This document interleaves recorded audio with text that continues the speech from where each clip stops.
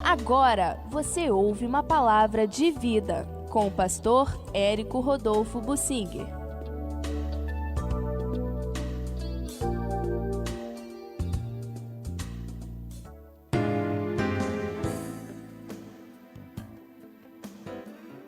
Eu quero falar sobre a caracterização da apostasia como revelado no capítulo 33 de Ezequiel. Apostasia é o afastamento do rumo, afastamento da verdade, e é o que o diabo mais deseja para os cristãos. Ele tenta manter as pessoas longe de Deus, mas quando a pessoa está no caminho de Deus, ela não é tirada deste caminho com facilidade. Mas o inimigo pode tentar desviar essa pessoa. E ele faz isso utilizando vários argumentos, como, por exemplo, ele enganou a Eva. E a Eva, na simplicidade dela, se deixou enganar. E o engano não foi uma confrontação completa, foi devagar, seduzindo. E o apóstolo Paulo, em 2 Coríntios 11:3, diz que ele temia pelos coríntios e por nós também, que da mesma maneira como Satanás enganou a Eva, nós também sejamos afastados da simplicidade e da pureza da nossa fé, do Evangelho. Afastados da simplicidade e da pureza. O verdadeiro evangelho tem essa marca. Quando o evangelho se sofistica, já é o início de apostasia. Quando irmãos se aprontam muito, roupa muito bonita, começa a desfilar moda na igreja, isso já é um início de apostasia. Quando a pessoa se enriquece, isso é um início de apostasia. E assim por diante, qualquer coisa que a pessoa goste muito é o início de idolatria, início de apostasia. Quando a igreja se empolga muito com qualquer área que seja, algumas igrejas se empolgam com a área social, a igreja está ajudando pobres. Quando se empolga demais com algo, isso vira uma idolatria, e é início de apostasia. Quando a igreja gosta muito do templo, enfeita, o templo é bonito e aquele templo é maravilhoso e começa a valorizar muito o templo, é início de apostasia. E assim por diante, qualquer coisa que passe a ser muito importante na igreja é início de apostasia. Qualquer coisa que passe a ser muito importante na vida de um cristão é início de apostasia. Então, vamos lembrar o que aconteceu lá no capítulo 33 de Ezequiel, que de certa forma já tinha sido trazido pelo Senhor no capítulo 3. Meu servo, a palavra de Deus veio a ele, filho do homem, fala ao teu povo. Quando eu trouxer a espada sobre a terra e o povo da terra tomar um homem de seus limites e o constituir por seu atalaia, e vendo esse atalaia que a espada vem sobre a terra, tocar a trombeta e avisar o povo, se aquele que ouvir o som da trombeta não se der por avisado e vier a espada e o abater, o seu sangue será sobre a sua cabeça. E passa a relatar as situações que podem acontecer em decorrência da atuação do atalaia. O atalaia tem uma responsabilidade grande. Em nossos dias, nas comunidades onde o tráfico domina, existe o corneteiro, o fogueteiro, é a pessoa que tem que avisar que a polícia está chegando. Ele tem fogos de artifício ali na mão, então tem o foguete de 2, de 3 tiros, um avisa que a polícia está chegando, o outro avisa que a polícia foi embora. Ele fica numa posição estratégica onde ele vê a entrada da favela, da comunidade e vê quando a polícia chega. Ele tem que avisar imediatamente. Se ele não avisar, ele paga com a vida dele, o fogueteiro. Deus disse que o Ezequiel foi colocado como atalaia, um porta-voz de Deus para anunciar ao povo a situação que Deus queria revelar. Se estivesse em erro, que tivesse oportunidade de se consertar. Ao errado, Deus dava oportunidade do perdão. Ao justo, Deus alertava quanto ao perigo de se desviar. E então o Senhor diz: a justiça do justo não livrará no dia da sua transgressão. Ou seja, a pessoa tem que vigiar todos os dias. Se ele passou grande parte da sua vida de crente sendo fiel, quando no fim ele se afastar, não terá a misericórdia de Deus, ele terá a justiça de Deus. E isso aconteceu com vários reis na Bíblia. O Joás foi um bom rei enquanto vivia o seu padrinho, digamos assim, o sacerdote Joiada. Quando o sacerdote Joiada morreu, e ele morreu com 130 anos, uma idade bem avançada, o Joás se afastou. O Salomão, enquanto mantinha o temor a Deus e o respeito ao seu pai Davi, esteve no caminho de Deus. Depois se desviou, as mulheres lhe perverteram o coração. E muitos outros reis têm essa história também na Bíblia. O rei Amazias, o rei Uzias, que ficou leproso no final da sua vida. São muitos mencionados na Bíblia que começaram bem e depois se afastaram. Deus diz: não vai ter condescendência para com esse que começou bem e se afastou. Ele vai ser considerado como um errado que se afastou. Nós precisamos trazer isso para o nosso tempo e lembrar que a misericórdia de Deus é que nos abre o caminho para a salvação. Não há direito adquirido nenhum para crente. O crente não tem um quebra-galho no trato com o pecado. Ou seja, o pecado no crente, Deus quebra o galho. O pecado no ímpio, não. Esse é sério, vai ser punido, castigado, vai para o inferno. Mas o pecado no crente, não. Esse é tratado com alívio, quebra-galho, um purgatório evangélico. Existe essa ideia nas igrejas de que Deus subleva o pecado dos crentes. O pecado dos crentes não é igual o pecado dos incrédulos. Quando o crente pecar, Deus vai quebrar o galho dele. Não tem isso não. A doutrina não garante nada para nós. A vigilância e a conduta, isso precisa estar sempre presente conosco. Por outro lado, nós não podemos condenar e julgar as pessoas, porque o mais perverso, o mais errado, quando se converter, Deus vai perdoar o seu pecado. E nós temos que acreditar nisto até o último minuto da vida de um perverso. Mas não podemos deixar de alertar todos os crentes. E segundo Hebreus 10, 25, frequentemente, tanto mais quanto vemos que se aproxima o dia da volta do Senhor. Alerta, meu irmão, cuidado, você está muito parado, há muito tempo sem dar fruto. Cuidado, meu irmão, cuidado, minha irmã, você está muito acomodada, cuidado. Bom, essa é a realidade.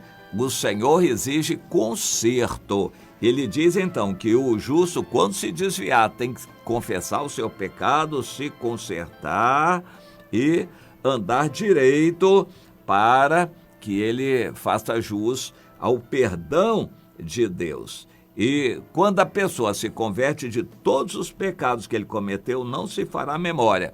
Mas o justo, quando se desviar, ele será responsabilizado por todos os pecados, inclusive aqueles que Deus já tinha perdoado. Bom, e aí o povo, a resposta, estou fazendo referência ao texto aqui seguido de Ezequiel 33. O povo diz: assim não, esse caminho não é reto. Nós precisamos de ter uma certeza doutrinária, uma convicção. Mas o Senhor diz, pois é, o caminho de vocês é que não é reto, mas eu vou julgar vocês de acordo com o caminho de vocês, com as obras que vocês praticam. E então Deus começa a denunciar, a partir do versículo 23, Ezequiel dizendo, então veio a mim a palavra do Senhor dizendo, filho do homem, os moradores destes lugares desertos da terra de Israel falam, Abraão era um só e possuiu essa terra toda. Ora, sendo nós muitos, certamente essa terra nos foi dada em possessão, eles querendo dizer possessão perpétua. Nós somos muitos, Abraão era um só, Deus abençoou, nós somos muitos crentes, agora Deus vai abençoar mais ainda. Essa teologia dos números está muito na cabeça dos crentes. Você já ouviu alguém dizer assim, meu irmão, ora por mim, meus irmãos, orem por mim, vamos orar, vamos fazer uma corrente de oração, muita gente orando. Se muita gente estiver orando, aí Deus vai ouvir com toda certeza a nossa oração, porque tem muita gente orando. A oração de um pode ser que Deus não ouça, agora a oração de um monte de crentes orando, Deus vai ter que ouvir.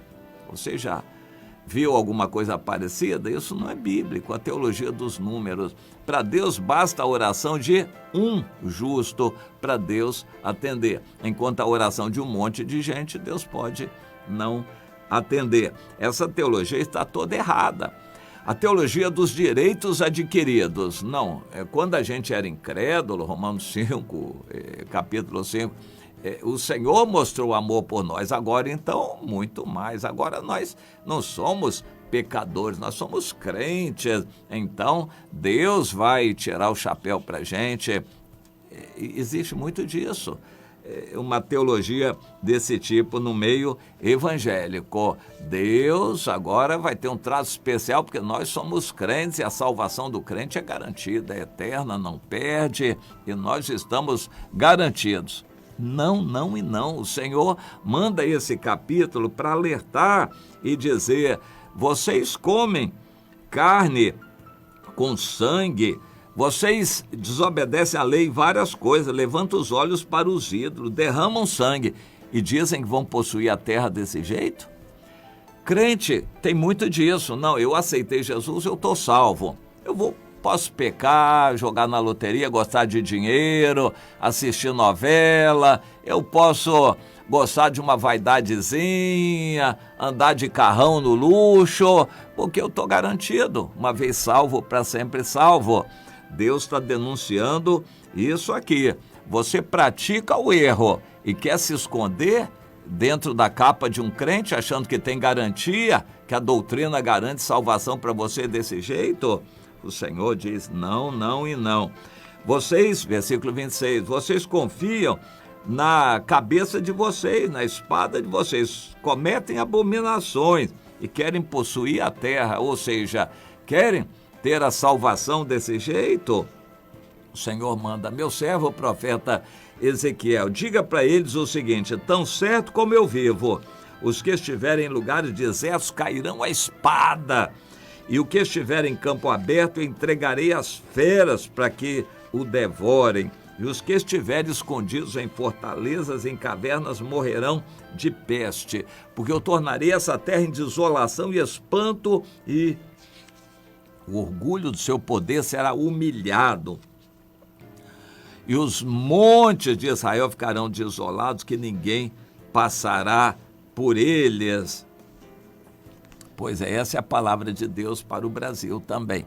Os crentes do Brasil, o povo de Deus no Brasil se acomodou, vivendo em pecado, se escondendo em templos, achando que a promessa de Deus vai perdurar para eles, independente da sua conduta. Podem pecar, que Deus vai garantir a sua salvação. Aí o Senhor alerta, meu servo, no final do capítulo 33 de Ezequiel, que eu estou comentando. Vamos ouvir a palavra de Deus, o profeta. Então Deus diz, eles vêm a você como se fosse alguém que queria ouvir mesmo a palavra de Deus. Mas eles vêm a você e ouvem as suas palavras, mas não praticam. Eles com a boca professam muito amor nos cultos, nas reuniões de oração, mas o coração deles só ambiciona lucro. Você conhece um crente assim? Que se veste bem, é bonito, alegre, canta bem, louva, ora na igreja, mas o coração dele, quando sai da igreja, só visa lucro, correndo atrás de dinheiro. Você conhece alguém assim? Com toda certeza deve conhecer um monte de pessoas assim. Então o Senhor diz: meu servo Ezequiel, você é para eles como alguém que canta canções de amor. A profecia mais dura sobre o Brasil, eles acham que é canção de amor, é brincadeira. Você tem voz suave e toca bem, porque eles ouvem as palavras, mas não as põem por obra. Mas a profecia já está para se cumprir. E quando ela se cumprir, eles vão saber que esteve no meio deles um profeta. E assim termina o capítulo 33 de Ezequiel, e que vai acontecer no Brasil. A ira de Deus está sobre o povo dele no Brasil, que perverteu os caminhos do Senhor, se apostatou e ensinam um evangelho teórico que não gera obras, não gera prática. Vida de crentes costumam ser vergonhosas e os pastores passam a mão na cabeça. E aí Deus continua no capítulo 34 de Ezequiel. A mim me veio a palavra do Senhor dizendo: filho do homem, profetiza contra os pastores e diz-lhes: ai desses pastores que se apacentam a si mesmos, não apacentarão as ovelhas? Eles comem a gordura, se vestem da lã, ou seja, se enriquecem com o evangelho, e degolam o bezerro cevado, gordo. Eles se aproveitam do rebanho, mas não apacentam as ovelhas. Você entende isso? A profecia é esta: ira de Deus sobre o Brasil, por causa da apostasia, o evangelho apostatado que está sendo pregado e vivido nas igrejas no Brasil. A conivência dos pastores. Deus responsabiliza os líderes que estão passando a mão na cabeça, porque eles se aproveitam disso, eles se enriquecem com o evangelho. Por que eles vão falar contra o pecado, contra a conduta pecaminosa? Eles vão perder membros, vão perder arrecadação, vão perder salário, se eles começarem a falar muito duro. Então, eles têm que passar a mão na cabeça do pecado, junto com o pecador. O pecador fica todo feliz que está sendo bem tratado, mas ele não percebe que a tolerância está sobre o pecado também, atraindo a ira de Deus. Esta é uma realidade dura para nós no Brasil, e mais dura é a palavra que Deus está nos mandando.